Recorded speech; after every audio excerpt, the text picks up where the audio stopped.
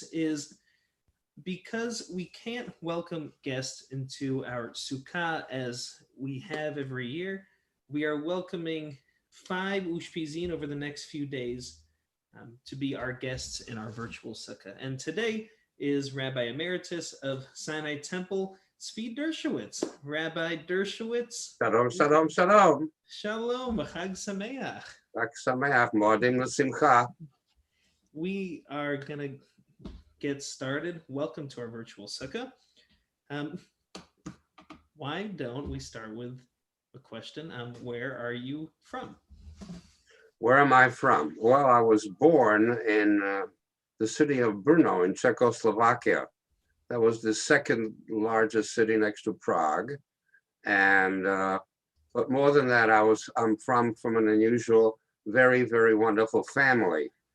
I can tell you, even today, I can say my parents were my models. I mean, when I was young, went to a wonderful school for Jews and Jewish school. We were members of Maccabi, the Zionist sports organization. And in my family, my parents were as happy and as conversant and knowledgeable in shul as they were in the opera. Total traditional and total modern. My mom used to play basketball with Maccabi. Really? Was she good? Well, sometimes she won, sometimes she lost. The point is, it was a very traditional family. Sitting around the table on Shabbat was at least 2.5, 3 hours singing Zmirot. See, and so on. So from that point of view, that's where I'm from. And then, of course, things happened. You want me to tell you? Yes, please. Well,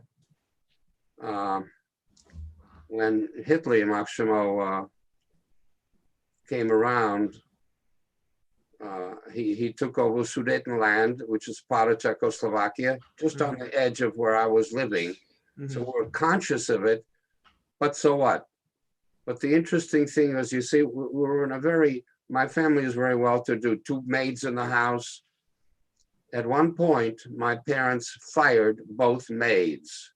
Why? See, many Jews were trying to run away from Germany, and they crossed the border illegally, no passport, no visa. And for the Czechs, then nobody knew it was going to be a Holocaust. The Czechs were arresting them in the street. Wow. Illegal immigrants. It was the Czechs were not against the Jews, they were good. So my father did some illegal stuff. He made me move in with my sister, Lily, who was a terrific, 2 years older than I, my senior, very bright, very wonderful. I had to move in with her. So my bedroom was available to the illegal Jews. And my father risked the possibility of being arrested and thrown in jail if they found out. And my parents then, my mom did all the work, collected food, got food for and so on and so forth. So I learned, my parents said I had to move out of my bedroom. Why? A Jew has to help his fellow Jew. It was, and I never forgot that. See, I had a kind of a family when once in a while on Shabbat, we would be with my grandparents. So the one question I know my grandfather would always ask, what did you learn this week? Not how are you? And I had to come up with some answers. So that's what I come from. And eventually, by the way, when the Nazis were close, there was an anti-aircraft gun on the roof of my building. Wow. I had to carry a gas mask with me 24 hours a day. How old were you again during Well, when I finally left, it was 10 and a half. But this was a year or two before, so there was danger, but we went on. And we had to. Now, my dad's father, my grandfather, had a brother who had moved to America. And he started this Dershowitz clan. My name was Dershowitz there. Mm-hmm. And out of that clan, a man named Louis Dershowitz, very poor, living in Williamsburg, very traditional, no beard, no payas, but totally Hasidic in a way. So he knew about us. Now, America was not allowing Jews to come in. Again, he finessed the rules. And guess what? Very long story short, I got to America 33 days before Hitler marched in. Wow. I am alive because of that. And your whole family, did you all come together? My father and my mother and my sister and some of my other cousins, not all, regrettably. See? And some I, lost, and that was that. After the war, I tried to find them, I couldn't. So that's another story. So I was brought up in a very traditional, and being Jewish was beautiful, fun, singing, learning, and taking care of other Jews. So now Louis Dershowitz was also one of the co-founders of Mesivta Torah Vadas. So ultimately, forget high school, this and that, right? I got to move on. When it came to school, rabbinic school, that's where I went.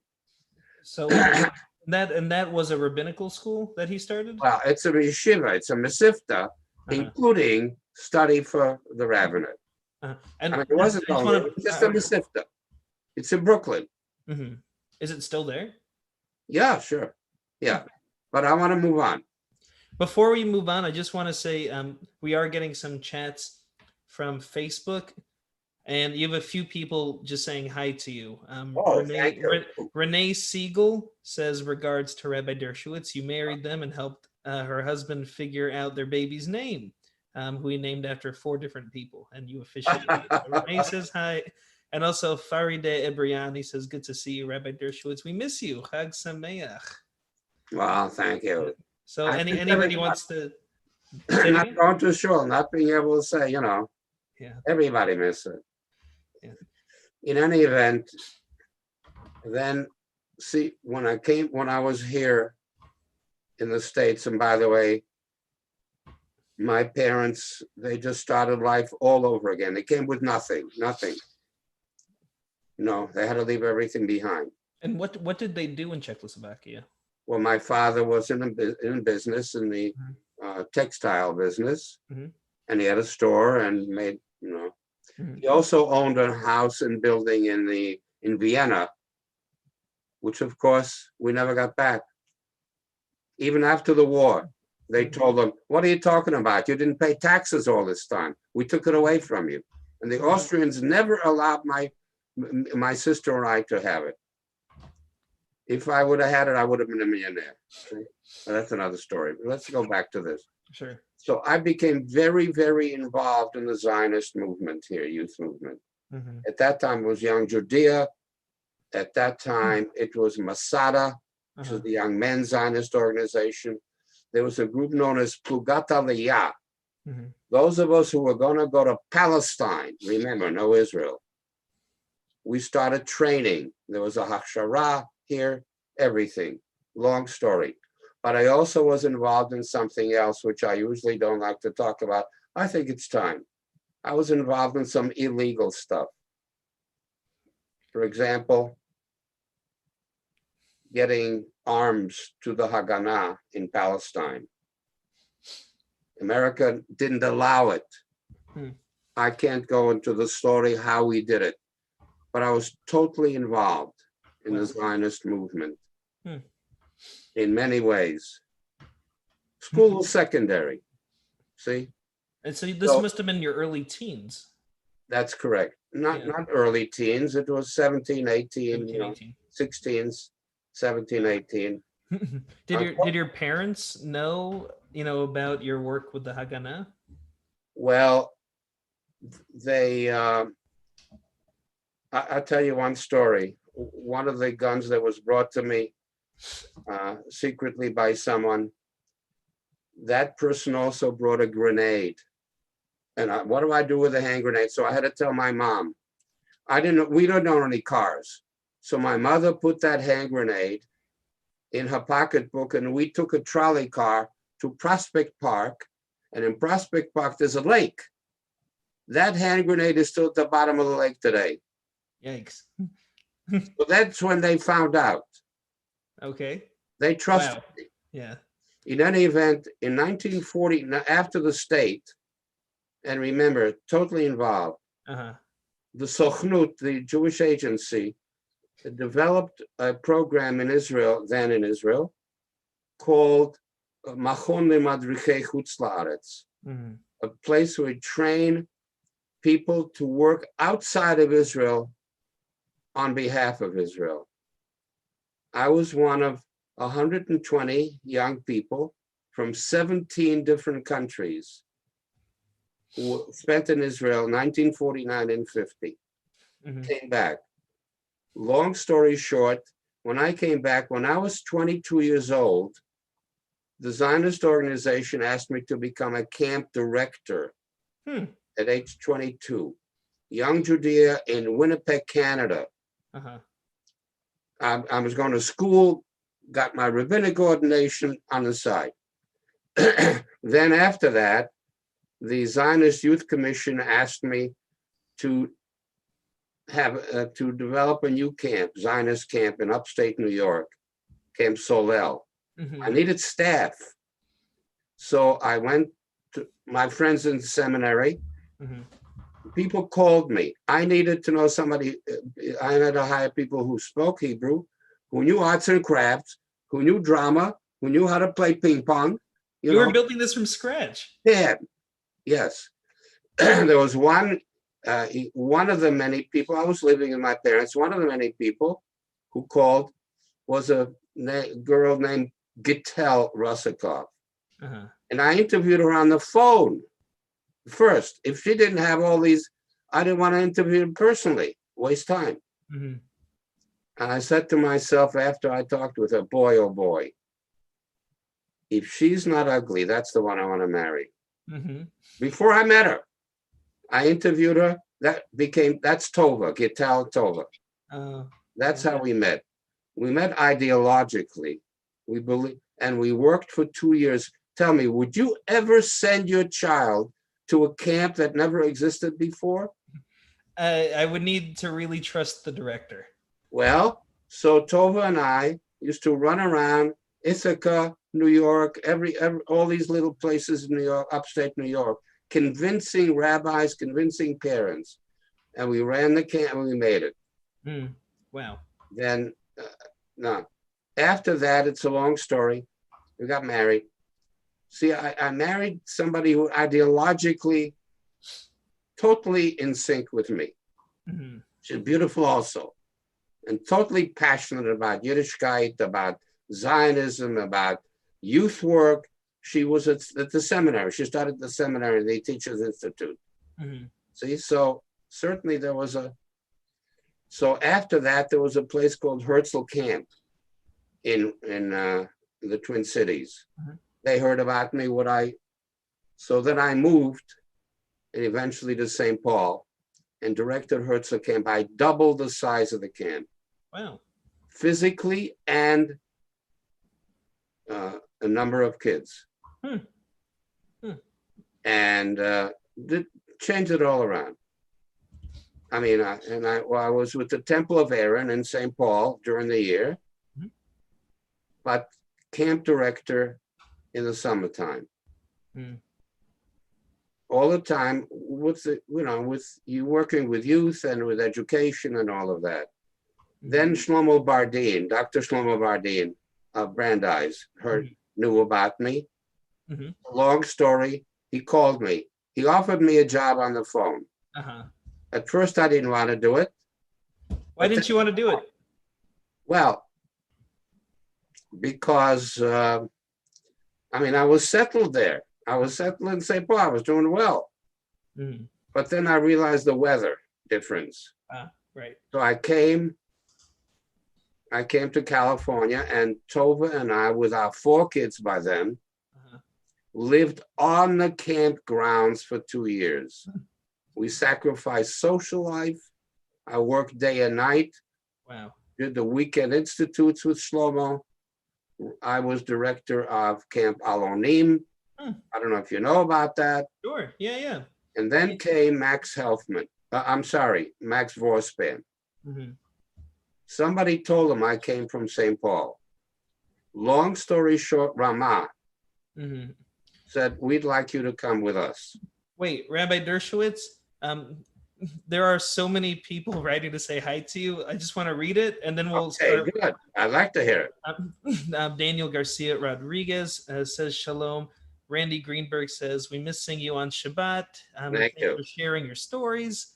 And she says to please share your story at some point about insulin and prisoners from Jerome and Randy. Um, Oh, yeah. And then Kara Severson says, hello, Rabbi Dershowitz. You are my sponsor and teacher for conversion. I'm so happy to see you here. Barbara says, hello, Rabbi. Barbara Cohen says, hello, Rabbi Dershowitz. So good to see you again. Marvin Epstein says, um, um, we owe you a huge debt for making sure those of us who have relatives in Israel have enjoyed many generations. Amy Robinson says, hello, Rabbi Dershowitz. And Marvin also says, another kol hakavod for everything you did at Camp Ramah. That's why I thought to pause here. And then Amy Robinson says that you were her teacher at the AJU Lewis and Judith Miller program 17 years ago, and she fell right. in love with Judaism at that class.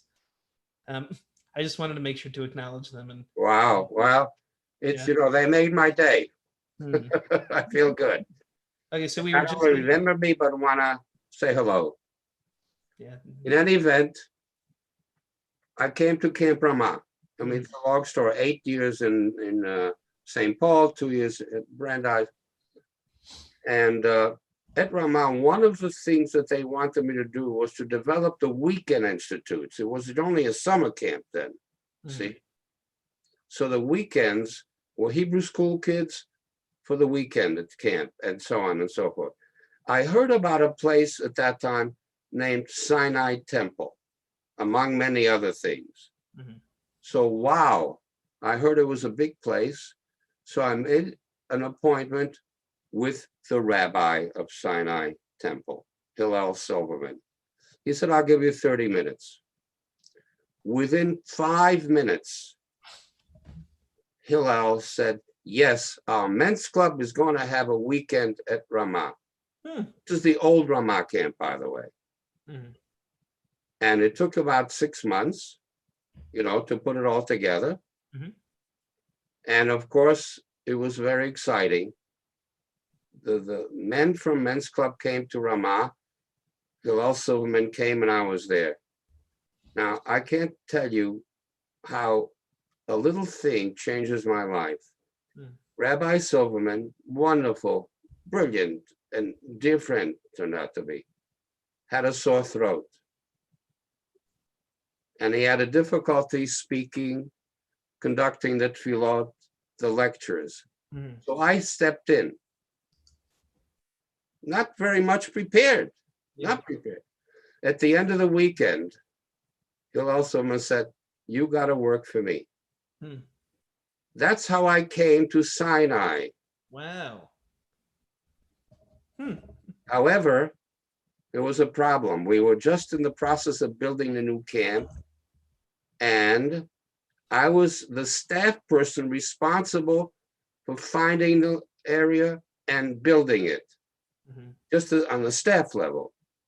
See, by the way, Dr. Kamener was the chair on the lay level. And let me tell you, what a project.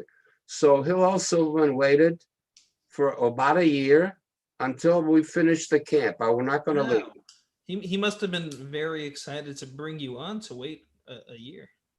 I'm thrilled that he was. And that was 47 years ago. And that's how I came to Sinai. Wow. Let me tell you, it has been a wonderful experience. But you see, at Sinai, there were a number of things. As you know, everybody knows, the at one particular point, among many other things that happened, the Khomeini revolution. And I saw that these people were flooding. Remember, I was a refugee. I didn't speak a word of English when I came at age 11. Mm. And what? Who's to help me? Mm. And then when these people came in from Iran, they needed help. So for example, if you were a doctor in Iran, you came here, where do you go? What do you do? I had seminars at Sinai, quietly done, for people who came from Iran, so they can, or I can tell you, I worked with 2 different Congress people, no names, and convinced them to talk to the Justice Department and convince them. As a result of what I did, I'm so proud of that, if I did nothing else. The Justice Department, because the Jews who came from Iran came in a hurry on a visitor's visa. They didn't have a permanent. They were going to go back. Everybody knew they were going to go back. And of course they didn't. They were stuck here illegally. Mm-hmm. Because of what I did, it took 6 months. The Justice Department made a declaration. If you are Jewish and have an Iranian passport, you get automatic political asylum. Wow. I wrote dozens and hundreds of letters on behalf of these Persian Jews. Yes, I know they're Jewish. My signature made available for that they political asylum and therefore automatic citizenship. Wow. Remember what my parents taught me. A Jew has to help a fellow Jew. Mm-hmm. And when the Soviet Union did what they did to the Jews, Tova and I, we had 4 kids. This is before Sinai, by the way. We decided to take a risk. We went to the Soviet Union 3 times. We met with and helped dozens of Jews get out. It's a long story how we did it, please. Whether it's Minsk or Riga or Moscow, or Leningrad, well, it was Stalingrad then, we met with and extricated countless Jews. Otherwise could not have been. With your children? No, no, no. The risk was, by the way, at one point, the Secret Service in Russia almost arrested us because of what we were doing. It was illegal. The risk was leaving 4 children behind. Oh, wow. And we did. But I learned from my parents, a Jew has to help a fellow Jew. And it was on and on and on and on like that. So, you know, I used my status at Sinai eventually with the Persian Jews to help them. And that's how they got integrated. Hundreds and hundreds got free, didn't have to go to a lawyer. See? And of course I did a few other things, but I mean, those are some of the highlights. Ask the question, I'll give you some more answers. Sure. First, Susan Oxenhandler Ruderman from Pennsylvania says hello. Oh, wow. And Ann Geller Lester says hi. She was at camp. Yeah. You know how many people I met at Ramah? I mean, I was director for 10 years. Howard Lesner is one of mine. I'm sure. Tell me about your time at camp and what it was like going from working at a camp to working at a synagogue. Well, let me tell you this, that I actually had to buy some suits when I came to Sinai. Me too. Because my sweetheart Tova would not allow me to come. Yeah, it was an experience. It was a change, but let me tell you, Hillel Silverman was so supportive and so helpful. It the change, it made the change so easy because of him. And he allowed me on the pulpit, and I started with sermons and everything else. And so that's, eventually there were some years when, I don't want to go into a lot of details, but there were 3 years there were no other rabbis. I was all alone, 3.5 years. But then, happily, and let me tell you, when this great guy named David Wolpe came, I was so happy, and eventually I could retire. So we had a very wonderful turnover. And I mean, he's reached out to me unbelievably. So it was nachas. In the meantime, there were a few other projects I did. I taught at the American Jewish University, any number of classes, including, I created a whole village of Jews. I taught that program, Introduction to Judaism, for 40 years. You know how many Jews? How many? Came through that? And I served on the Beit Din, I still do. Then for 5 years, the Board of Rabbis asked me, and I worked with the Jews in the LA County jail system. Is this going to be the insulin and prisoners story that Jerome and Randy asked about? Yeah, okay. I mean, I don't, my standard joke is every day I came into jail, they let me out the same day. No, it was there was some problems were very difficult. There was one particular guy behind bars who needed insulin. And somehow in the system, there were 7,000 inmates. So in the system, they didn't have that he get insulin. And he said, hey, and they said, shut up. Just stay behind bars. Don't stop, because everybody complained. So I arranged, I can tell you, I was a good friend with Zev Yaroslavsky. Zev was very involved with the Soviet Jewry movement before he became involved in politics. So I called Zev. I mean, this is one of a million stories. And Zev arranged one of his staff people to be in touch with the jail authorities, and they gave the guy insulin, and we saved his life. Wow. But that was one of dozens that was my job as a chaplain. And then I worked with USC, by the way. I don't know if you know what JRB is. See, if you're a professor and if you have a drug you want to put on the market, it first has to go through a lot of testing. Is it safe to go testing on humans or not? The university has a committee, and the committee makes the decision. Now, they're composed of professors, but they always, by law, have to have one outsider, because the professor will say yes to their buddies. An outsider, I had a veto power. So I was able, 5 years and a very difficult work, to go through all these studies, the medical studies and everything else, because they thought I was enough a person to be able to. So that was 5 years and so on. So a lot of things. I tell you, one of the fun things was that the equivalent of 3.5 years, Tova and I worked on board ship as a lecturer. Really? Around the world cruises, or 2-week cruises, this and that. Add them all up, it's about 3.5 years worth. Wow. Over time.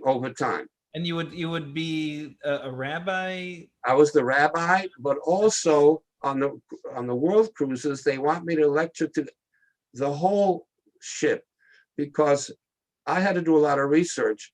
What's the history and the background of the Jews in the community where their next stop is?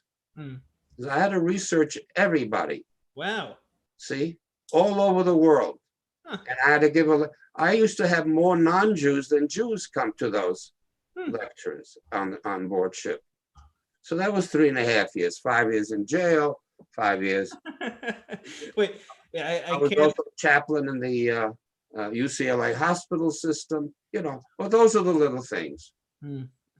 And by the way, I did some work at Sinai Temple as well. Wow. Rabbi Dershowitz, I'm just blown away with how many different rabbi lives you've lived. Being a camp. Now, one thing you got to understand, Uh-huh. the family that I have, my kids and my grandkids are doing worldwide work. Granddaughter, you know what Israel Aid is? Of course. Well, talk to my granddaughter. She runs it here. Really? Yeah. You know what? Oh, you may not know Federation for Defense of Democracies. It's a think tank. Mhm. Toby, my daughter, is a senior vice president. Hmm.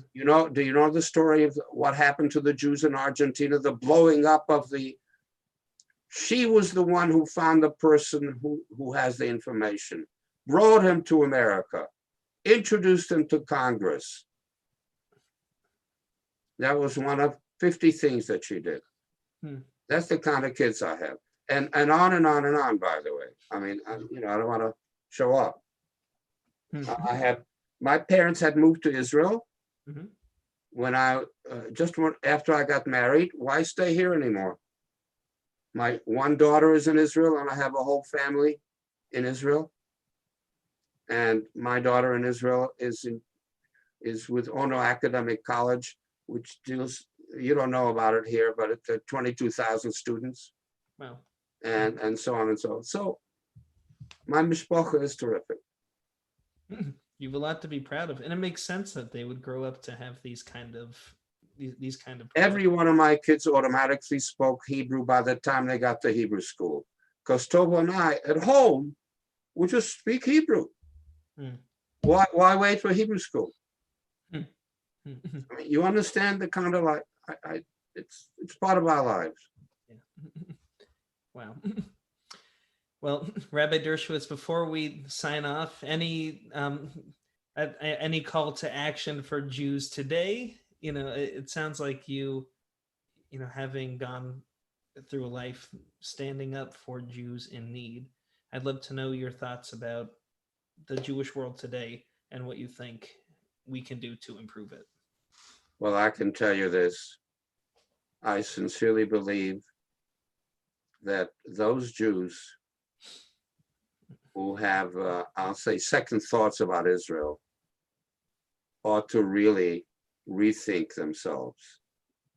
After 2,000 years, now Jews who speak out negatively and who stand in the way of the tremendous role Israel has in our lives and the lives of the whole world. And I think that that's one of the greatest tragedies of the current times, other than the fact that I think more Jews ought to study more Judaism.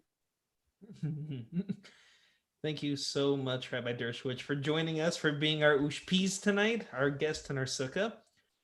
And for anybody who wants to know more about you, I can invite them. I believe your email is on the Sinai Temple website still. Right. Yes. I'll be happy. You can also email me too, and I can pass your message along. Well, it's zdershowitz@sinaitemple.org. There you have it. I didn't want to be the one to give it, so I'm glad. No, I have no problem. Also, Maria Del Vosto Magarefta says, hello, Rabbi Dershowitz. We miss you.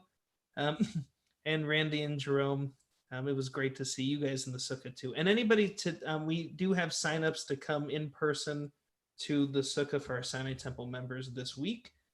But as you see, we can't welcome guests like we used to. So yeah, by the way, I do want to tell you, I'm still working. Weddings, funerals, whatever. Anybody needs anything, I'm here. Thank you, Rabbi. All right. And I thank you for doing what you're doing. I thank you for doing what you're doing. All right. Okay. We'll sign off now. See you tomorrow night at 7:30 with our second Ushpiz of the week. Wonderful.